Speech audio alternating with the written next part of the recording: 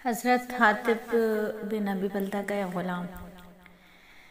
حضرت جابر سے روایت ہے کہ فرماتے ہیں کہ حضرت حاطب بن ابی بلتہ رضی اللہ تعالیٰ عنہ کا غلام نبی صلی اللہ علیہ وآلہ وسلم کے پاس آیا اور حاطب کی شکایت کرتے ہوئے کہنے لگا، اللہ کے رسول، یقیناً حاطب جہنم میں جائے گا۔ حضور صلی اللہ علیہ وآلہ وسلم نے فرمایا، تو نے جھوٹ بولا، وہ جہنم میں نہیں جائے گا کیونکہ وہ جنگ بدر اور حدیبیہ میں شریک ہے۔ حضرت جابر سے روایت ہے کہ نبی صلی اللہ علیہ وآلہ وسلم نے فرمایا، جو شخص بدر یا صلح حدیبیہ میں شریک ہوا وہ ہرگز دوزخ میں نہیں جائے گا۔ اسی طرح ایک دفعہ نبی پاک صلی اللہ علیہ وآلہ وسلم نے اپنے اصحاب کے ساتھ مقام صفرا پر گزر ہوا آپ صلی اللہ علیہ وآلہ وسلم کا کہا، جہاں بدر کے شہید حضرت عبیدہ بن حارث کی قبر واقع ہے۔ صحابہ نے عرض کیا، یا رسول اللہ، ہم یہاں مشک و عنبر کی خوشبو پاتے ہیں۔ حضور صلی اللہ علیہ وآلہ وسلم نے فرمایا، تعجب کی کیا بات ہے، یہاں ابو معاویہ یعنی عبیدہ بن حارث شہید بدر کی قبر ہے، یہ خوشبو اس کی ہے۔ حضرت رفاعہ بن رافع فرماتے ہیں، حضرت جبرائیل علیہ السلام نبی صلی اللہ علیہ وآلہ وسلم کے پاس آئے اور فرمانے لگے، آپ لوگ اپنے ہاں اہل بدر کو کیسے شمار کرتے ہیں؟ نبی صلی اللہ علیہ وآلہ وسلم نے فرمایا، مسلمانوں میں اہل بدر کو ہم سب سے زیادہ افضل سمجھتے ہیں۔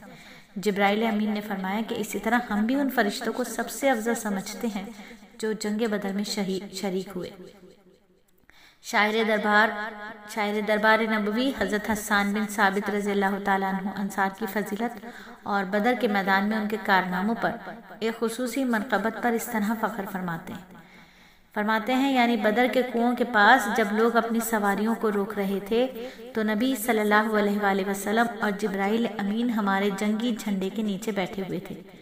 اشعار پر نقد تبصرہ کرنے والے ماہرین کا کہنا ہے کہ بدر کے میدان میں اس سے بہتر کوئی شعر کسی نے نہیں کہا۔ فخر بدر، محدثین اور مفسرین اور فقہاء اکرام کے ہاں اہل بدر کا ایک بڑا مقام ہے۔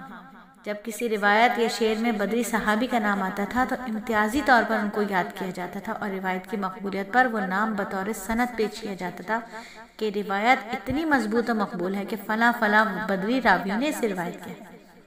خود صحابہ اکرام جب کسی فضیلت میں فیصلہ کے لیے بیٹھ جاتے تو اہل بدر پر سب کی نگاہیں لگی رہتی تھی کیونکہ ان کا فیصلہ وہ مقبول اور اٹل سمجھتے تھے۔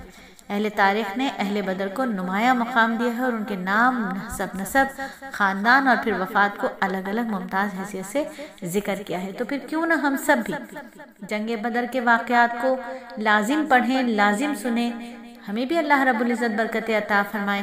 یہ بدری صحابہ ہیں، وہ صحابہ جنہیں شرف حاصل ہے کہ ان کے ساتھ کھڑے ہو کر شانہ بشانہ اللہ کے عرش سے مدد کے لیے فرشتے اترے تھے۔